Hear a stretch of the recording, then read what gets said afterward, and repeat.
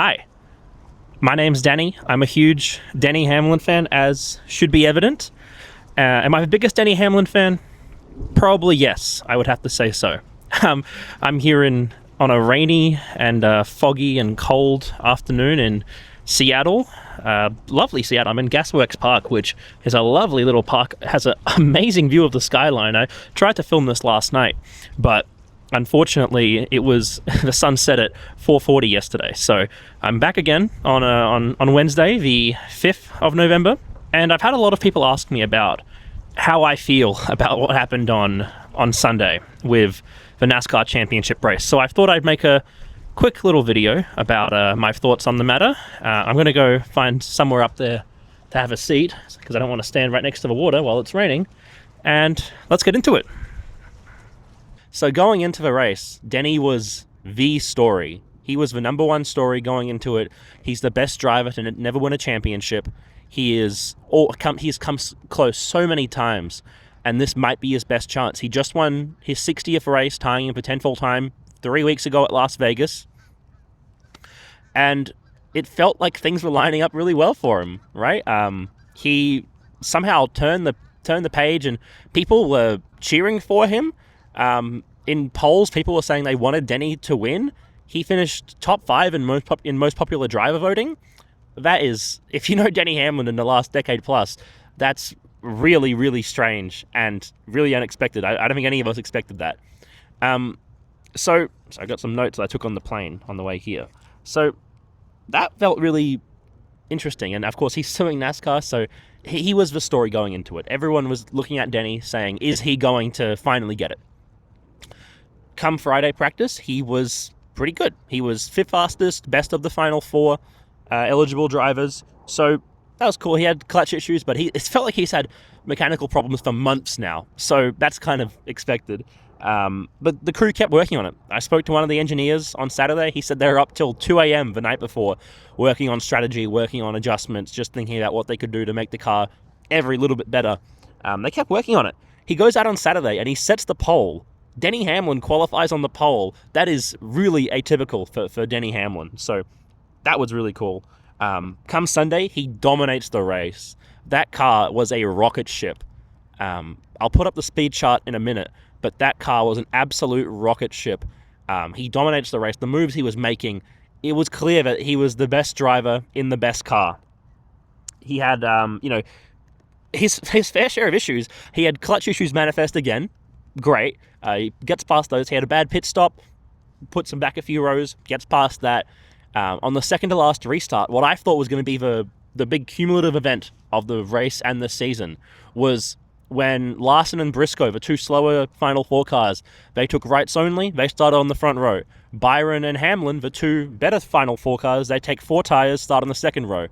Denny drives in there in turn 3 and 4, muscles his way past Larson and Briscoe, gets past Byron. He goes from 4th to 1st. An amazing effort. That's the move we should all be talking about right now. That's the move I wish that I was remembering at the moment. And look, he was gapping the field after that. He opened up a huge lead. Everyone thought he had it in the bag. I left the pit box with 10 to go because I wanted to beat the crowd to victory lane to the championship celebration. We were all sure of it. Laps keep clicking down from 10, 9, 8, 7, 6, 5, 4. As he crossed the line with 3 to go, William Byron, running second, his tire explodes. It detonates. He slams in the wall, cautions out. The race is going to go to overtime. And that's how we're going to decide our champion, by one green-white checkered restart. And, I mean, look, from there, everyone's pretty knowledgeable, right? Chris Gale takes 4, Larson takes rights, a bunch of cars take rights. 3 cars stay out. Denny starts back on the 5th row, Larson on the 3rd row, and, I mean, what are you going to do? He didn't have enough time. Thought he might have a chance there when he was 3 wide with Larson and Logano, but just couldn't make it stick on the bottom, and Larson drives away to a 3rd place finish. The champion didn't lead a lap all day. That's how it happens. And in the aftermath, I think literally nobody was happy in the aftermath. The entire vibe post-race was not celebratory. It wasn't, elation. It was just, that felt wrong. And I think everyone mostly agreed with that. William Byron apologized to Denny in the media center saying that he deserved it. Larson, obviously, he was thrilled, but you could tell he was a little bit sad, and he wanted that for Denny, and he felt like he deserved it. I even saw Kyle Larson fans on Twitter admitting that it felt wrong and that Denny was robbed. That should show you how bad things got, right? If anything, I guess you can say it's the final nail in the coffin for the playoffs, right? It really puts into perspective how bad this format is. That you can play it perfectly to a T, and it doesn't matter, right? Like, what really I think stings, and I've seen a lot of agreement with this on Twitter, more than anything else I've seen in NASCAR Twitter agreeing with, is that Denny played the format perfectly. He won at the crucial time. He won at Las Vegas a few weeks ago, and he's had 3 weeks for him and his team to prepare a car and the driver for this one race. He goes out and he dominates the race. He is by far the best car. I'm going to put the speed chart up now that shows how good this car was. If they ran the entire race with their optimal lap times, Denny would finish a full lap ahead of second place and 2 laps ahead of Larson. That car and that driver deserved it, right? But it doesn't matter, right? He was 40 seconds away. The lap's about 20 seconds. He was 2 laps from the white. He was 40 seconds away from winning. He did everything the format asked, and it was ripped away from him. Just as an aside, I've seen a lot of people say that, like, oh, why are you mad? Larson won the full season points anyways. This is the chart that they're all, claiming is be-all, end-all. But I don't really put much credence in that. Now, let me say this. Larson is a deserving champion. He had a great year, but atypical for him, he wasn't really winning all that much, right? He was points racing all of the playoffs and a lot of the rest of the year. And that's really why he won this, right? I mean, there's a few races that come to mind. Bristol in the playoffs. Denny's team phones it in, right? They have some weird setup that doesn't work. But I can guarantee you that a Denny Hamlin in a tire wear race at Bristol is going to score more than 7 points, right? At Talladega, they told him at the end to not even race. They told him to just back it down, don't get injured. After that, the airbox issue, they said just stay in the back. He scores 13 points. Martinsville, where he won earlier this year, and he was second, but his engine detonates because they put in some experimental thing, like a testing engine, basically. I can almost assuredly tell you that Denny Hamlin would average more than 9 points at Bristol, Talladega, and Martinsville if he was points racing. And he lost to Larson by 89 in the end, right? I can pretty assuredly say that he could average a 45, 50-point day at any of those tracks if he was points racing. And, I mean, he wouldn't have missed Mexico if he was points racing, right? It's the format. I'm not saying that Larson's undeserving. I'm not saying that Denny would have crushed him in full season. I'm just saying that the hypothetical doesn't mean all that much to me, right? I think a lot of people are trying to find somebody to blame. Whose fault is this? Who do we blame for this? Here's who I don't blame. I don't blame Chris Gale.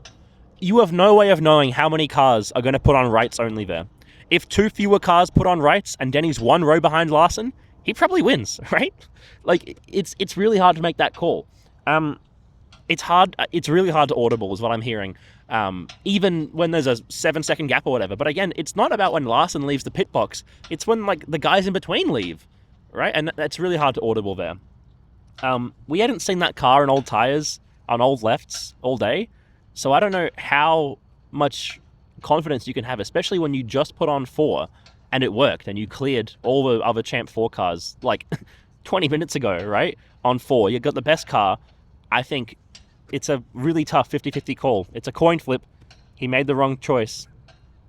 I mean, what can you do, right? I don't blame William Byron. I don't blame Kyle Larson. I don't blame Goodyear. A lot of people are blaming Goodyear, saying that they're experimenting with a tire in the championship race. I don't blame Goodyear. It's the team's fault if they push things to the limit. I don't blame Rudy Fugle for pushing the 24's tire to a limit. All the Champ 4 cars were doing that. It just happens, right? The person I blame the least is Denny Hamlin. He was absolutely perfect on that day, on Sunday.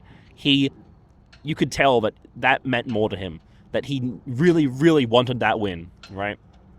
And he drove like it. He was the best driver. He was perfect, but it just doesn't matter, right? I don't think Denny will retire. He's just got too much loyalty to Joe Gibbs. He was saying after Las Vegas that he sees Joe as a father figure, and I don't see him quitting on Joe 2 years before his contract is over.